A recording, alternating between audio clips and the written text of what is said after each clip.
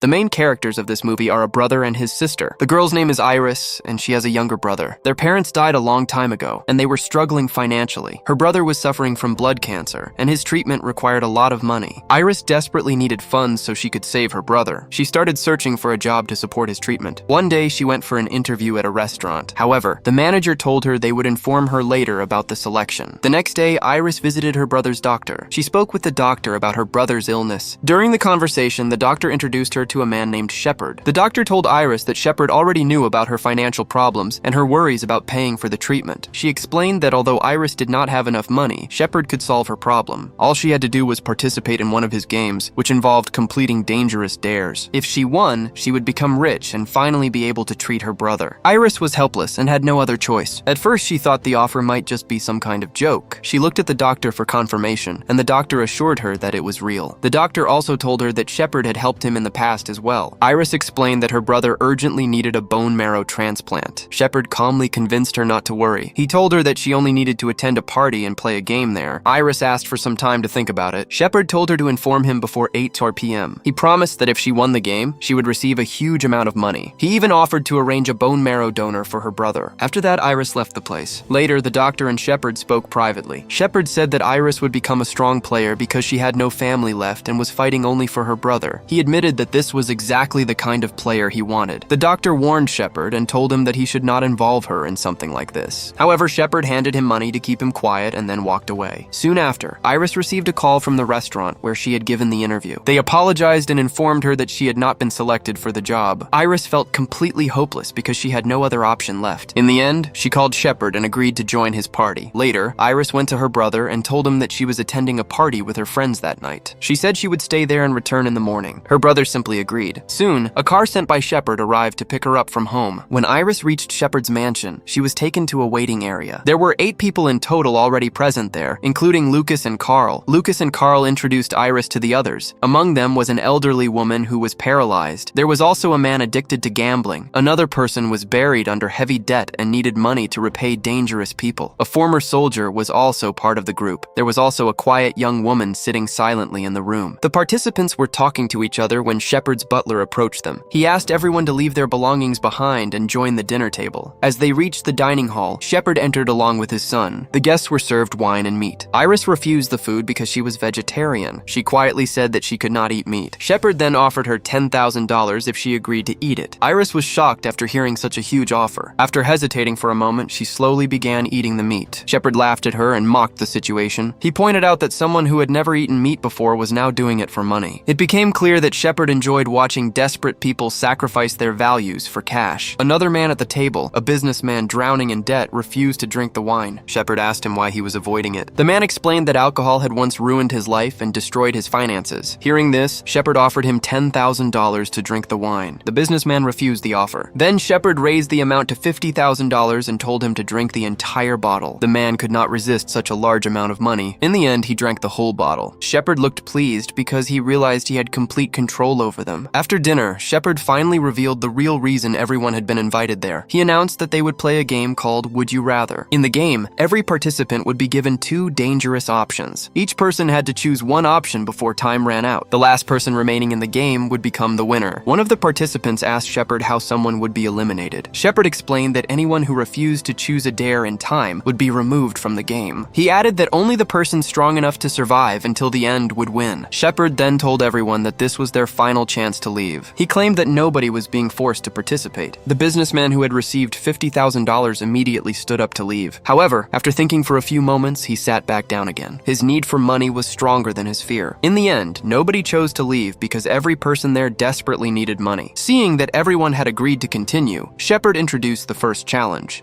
He called his butler into the room. The butler entered carrying a machine designed to deliver electric shocks. Shepard explained that the man operating the device had once worked as an interrogator who tortured prisoners with electricity. Hearing this terrified everyone in the room. The businessman who had tried to leave earlier panicked and attempted to escape again. Shepard stopped him and reminded him that he had already lost his chance to leave. He told him that the offer to quit had expired. The frightened man still tried to run away. Without warning, he was shot in the head. All the participants were horrified after witnessing the brutal killing. Soon, the first round of the game began. Electric shock belts were attached to the players' heads. The machine was capable of delivering painful electric shocks to whoever was chosen. Cal was selected first. A belt was secured around his head, while the quiet girl was chosen as his opponent. Cal had to decide which one of them would receive the electric shock. He was kind-hearted and did not want anyone else to suffer. In the end, Cal chose to take the shock himself. Now it was the silent girl's turn. The elderly woman was seated beside her with an electric belt attached to her head as well. When the girl was asked to choose, she selected the old woman to receive the shock. She admitted that she had never been a kind person. The electric shock caused the old woman terrible pain. The game continued in the same way as every participant took turns completing their dares. Lucas received electric shocks twice because he was a kind and selfless person. Instead of allowing Iris to suffer, he chose to take the shocks himself. Eventually, it became Iris's turn. Carl was chosen as her opponent. Iris was also compassionate, so she decided to take the shock herself instead of letting Cal suffer. The pain was extremely intense for her. After everyone completed the challenge, no one was eliminated from the game. The participants were terrified and emotionally exhausted. At that moment, Shepard's son approached them. He laughed at their suffering as if he was enjoying the entire situation. The former army officer became angry and argued with him. He told Shepard's son that he should feel ashamed for what he was doing. In response, Shepard's son warned him to stay quiet or face serious consequences. After threatening him, he walked away. A little later, Shepard returned and announced the second challenge. He informed everyone that they would only have 30 seconds to make their choices. This time, it was Iris's turn first. She had to either crush Cal's foot or stab the former army officer with a leather tool. The ex-soldier told Iris to choose him instead of Cal because Cal could lose too much blood. Although Iris hated the idea, she struck the former soldier 3 times. His skin tore badly and blood began pouring from the wounds. Next, it was Lucas's turn. He had to either stab Iris or wound the same former soldier again. Once again, the ex-soldier sacrificed himself and asked Lucas to choose him. Lucas reluctantly hit him 3 times, even though he clearly did not want to hurt him. Meanwhile, Shepard's son seemed extremely pleased by the situation. It appeared that he was intentionally targeting the former soldier to take revenge on him. Soon, the turn came back to the ex-army man himself. He had to either stab Lucas or injure himself again. He refused to harm anyone else and chose to suffer himself instead. As a result, he received the punishment once again. Then another participant took his turn, with the elderly woman as his opponent. He had to either stab the former soldier again or stab the old woman in the foot. Knowing the terrible condition of the injured ex-soldier, he decided to target the elderly woman instead. Since her lower body was already paralyzed, he believed she might not feel much pain. However, he accidentally stabbed one of her veins, causing severe bleeding.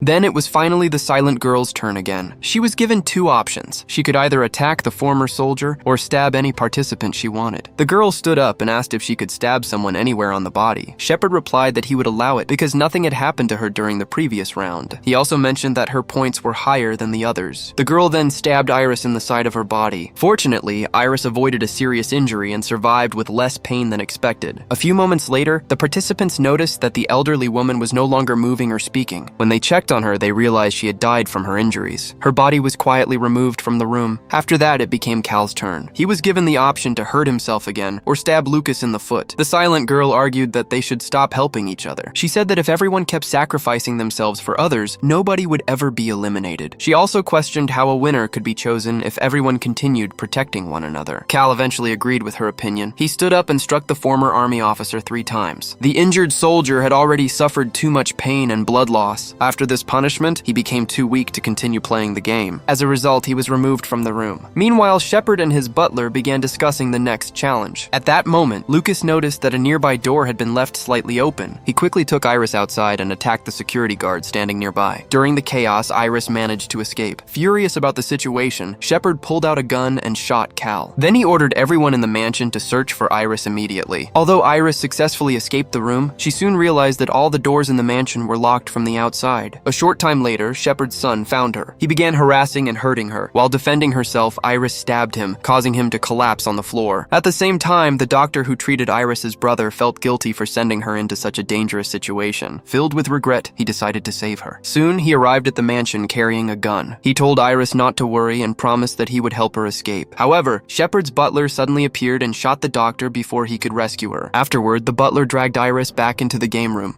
He informed Shepard that his son had been bothering her. Shepard apologized to Iris for his son's behavior. Soon the game started once again. This time, a large drum filled with water was brought into the room. The players were given two choices. They could either hold their heads underwater for 2 minutes or select one of the envelopes placed in front of them. When one participant opened his envelope, he saw the picture of a firecracker inside. Shepard explained that an explosive device would be attached to his arm and detonated there. At first, the man felt relieved because he assumed it would only be a small firecracker. However, his expression changed when he saw the actual device. It was not a simple firecracker at all. Instead, it was a powerful bomb. The bomb was strapped tightly to his arm. Moments later, it exploded violently and destroyed his hand completely. The shock and injuries were so severe that he died instantly. His body was later removed from the room as well. After that, it became Lucas's turn. He selected an envelope that had the drawing of an eye on it. Shepard told him that he would have to cut his own eye with a blade. Lucas was horrified and asked how such a thing could even be possible. He tried to refuse the challenge. However, Shepard gave him only 30 seconds to decide. With no other choice left, Lucas painfully cut his eye with the blade. Then it became Iris's turn. She chose the water challenge instead of selecting an envelope. She placed her head inside the large drum filled with water. Shepard's butler tightly held her head down, making sure she could not lift it out. As Iris held her head underwater, she kept thinking about her brother. She remembered the dreams and future he once talked about wanting to live for. Those memories gave her the strength to continue enduring the painful challenge. She kept telling herself that she had to survive for her brother's sake. Fortunately, the 2 minutes finally passed, and Iris survived the challenge. Next, it became the silent girl's turn. Because she was terrified of water, she decided to choose an envelope instead. When she opened it, she saw the number 4 written inside. This meant she had to keep her head underwater for 4 minutes. The butler forced her head into the water tank. She struggled desperately, but could not survive the challenge. Eventually, she died from suffocation. Now only 2 participants remained alive in the game. One was Iris, and the other was Lucas. To decide the next step, Shepard flipped a coin, and Iris won the toss.